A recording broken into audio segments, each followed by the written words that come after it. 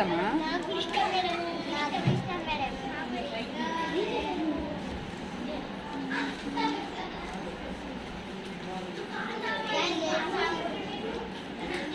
ఒకసారి నా వైపు చూడండి నవ్వుతూ. అరే అరే ఎలా ఉన్నారా? భలే భలే ఉన్నారా మీరు?